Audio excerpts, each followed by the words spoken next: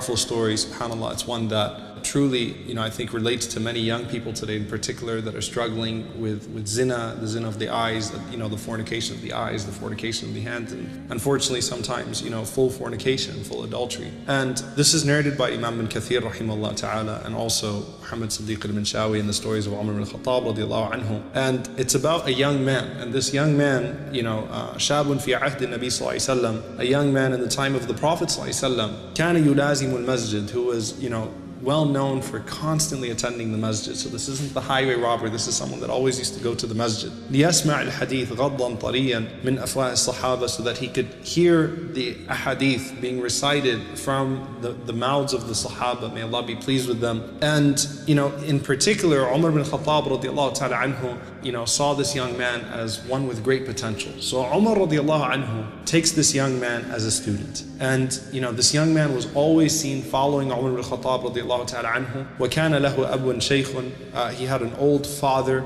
that he used to constantly go home and serve every single night. His mother had passed away, so it was just him and his father. And every night when he left the masjid, as he was on his way to his father, كَانَ عَلَى طَرِيقِهِ إِمْرَأَةٌ, there was a beautiful young lady that used to constantly call him to commit adultery. And subhanAllah, he would always ignore her. He would head to his father's house and he didn't pay attention to her. And then one day, and that's how it works with shaitan, right? He catches you in a vulnerable moment. One day, as he was walking and she started to tempt him, as she always did, he actually followed her. And subhanAllah, as he went behind her, لَمَّا أَرَادَ أَن يَدْخُلَ الْبَيْتَ خَلْفَهَا, just as he was about to enter into the house behind her, he remembered the ayah in Surah Al-A'raf, verse 201. تذكر قول الله, he remembered these words of Allah subhanahu wa ta'ala, إِنَّ الَّذِينَ اتَّقَوْا إِذَا مَسَّهُمْ طَائِفٌ مِنَ الشَّيْطَانِ تَذَكَّرُوا فَإِذَا هُمْ مُبْصِرُونَ. That indeed those who fear Allah subhanahu wa ta'ala, when they're touched by an impulse of shaitan,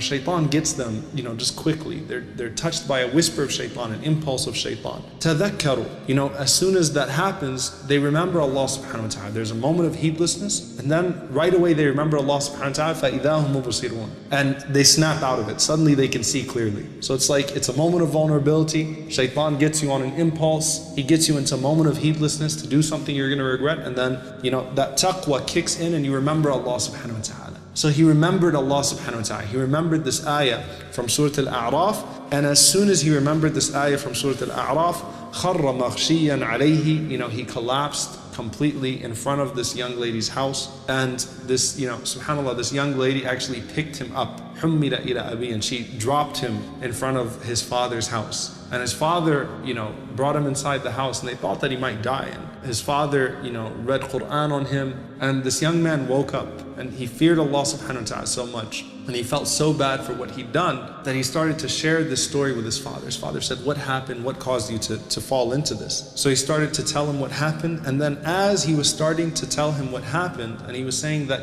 I remembered an ayah from the Quran, his father said, "What was that ayah that you remember?" And as he started to recite that ayah again, he passed out again, but this time he didn't wake up. So subhanAllah, he actually passed away. And Umar ibn Khattab radiallahu ta'ala anhu was called to the house, and he came and he was very grieved. And they took him and they actually prayed janazah on him that night. And subhanAllah, this is where a miracle happens. As Umar radiallahu ta'ala anhu buried him and he cried and they prayed on him, Umar ibn Khattab radiallahu anhu said, "Ya fata, waliman khafa maqama rabbihi jannatan." He said, "O young man," and he recited the 46th ayah of Surah Al-Rahman, "whoever fears the standing before his Lord will have 2 gardens, 2 Jannahs." And when Umar radiallahu ta'ala anhu said that, the young man actually responded from his grave. And that's why Ibn Kathir has this section, "Shabun yatahaddath min qabrihi," a young man who spoke from his grave. The young man actually responded to Umar radiallahu ta'ala anhu and said, "Ya Umar, qad a'tanihima rabbi fil jannati marratayn." Allah has given me these gardens in Jannah twice, meaning Allah has given me even double